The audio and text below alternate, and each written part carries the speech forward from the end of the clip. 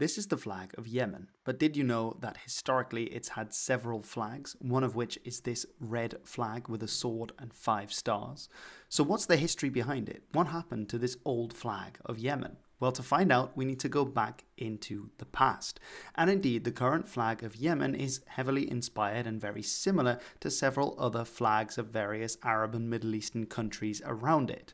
Now, we can trace the exact Yemeni flag back to 1952, when there was a coup d'etat in Egypt leading to the adoption of a new flag, which is this flag. And as we can see, it's identical to the modern Yemeni flag, apart from that it has this symbol in the middle, which is of the hawk of Quraysh, and then with a green circle with 3 stars and a crescent moon, going back to the Ottoman period, as I explained in this video about the old flag of Egypt. Now, this actually goes back to this flag, which is the flag of the Arab Revolt, a revolt that was launched in 1917 against the Ottoman Empire during the First World War by various Arabs that had been living under Ottoman rule in order to create their own states, which many of them did. Now, the significance behind this flag is that the black color is standing for the Abbasid Caliphate, the green color is standing for the Rashidun Caliphate, the white color is standing for the Umayyad Caliphate,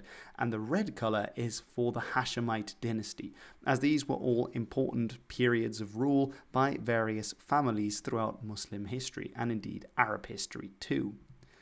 So part of the reason why there may be no green on the flag that would become the Yemen flag, as this of course is one of the pan-Arab colours, is that on the Egyptian flag upon which the Yemeni flag was modelled, it was for the first few years co-official with the former flag of the Kingdom of Egypt, which was this green flag with 3 stars and the crescent moon. So maybe that's why they felt they didn't need to add any green on there. It's just a hypothesis. But in any case, the Yemeni flag then is red, white and black in a tricolour.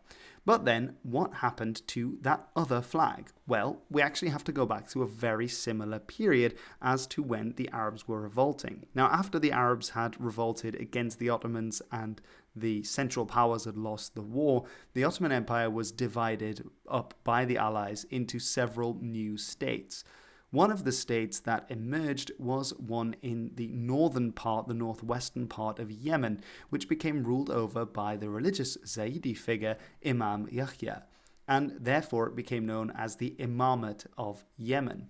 Now, the first flag that was adopted by this Imamate was just a plain red flag. Now, as we've mentioned, red is an important colour in Islam. It's also one of the pan-Arab colours, but that's probably not why it was adopted here.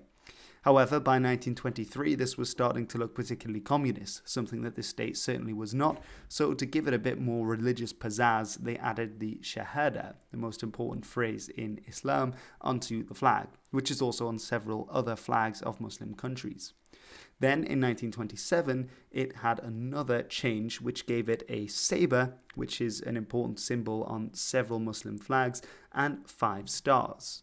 Now, these 5 stars have been interpreted in various ways. Possibly it's going back to looking at 5 different regions within this Imamate of Yemen. Another possibility is that it is the 5 pillars of Islam. And thirdly, given the very religious nature of the Imamate of Yemen, it may also be a reminder to Muslims of the 5 times during the day in which they should pray. Now, the saber we can also see is found on the neighbouring flag of Saudi Arabia, although it's worth noting that at this time the Saudi flag was different, and so it hasn't been taken as inspiration. And indeed, the Imamate of Yemen would fight a war against Saudi Arabia later on.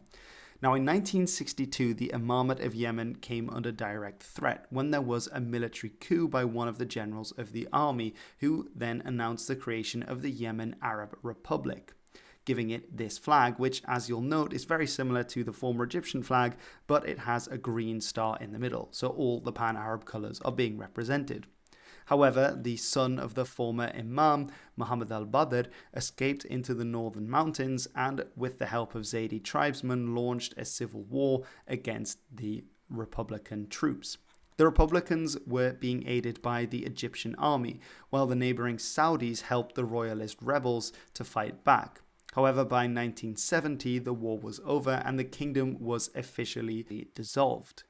The country then largely became known as North Yemen, although officially it was still the Yemen Arab Republic. The reason it was known as North Yemen is because the two British protectorates in the south had also become independent and unified, and were therefore known as South Yemen, even though they called themselves the People's Democratic Republic of Yemen. Now, judging by the name, you can probably tell that this was a communist country, and in fact the only communist country that emerged throughout the Arab world during this time, and therefore their flag was red, as well as including a nice bit of blue in the triangle, but still very much fitting with the same theme.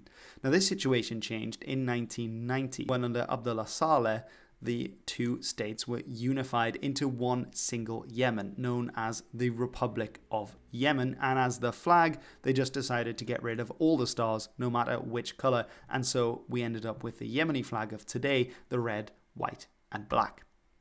Alright everyone, thank you for watching this video about the flag of Yemen. Going through a quick blitz of Yemeni history as well, with the various states that were in Yemen before it was unified in 1990.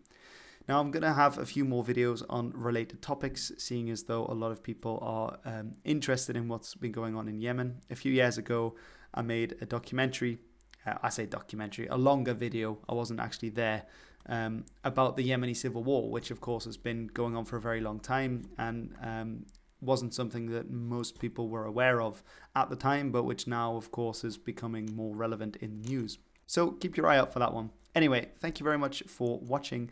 I've been Hilbert, and this has been The History.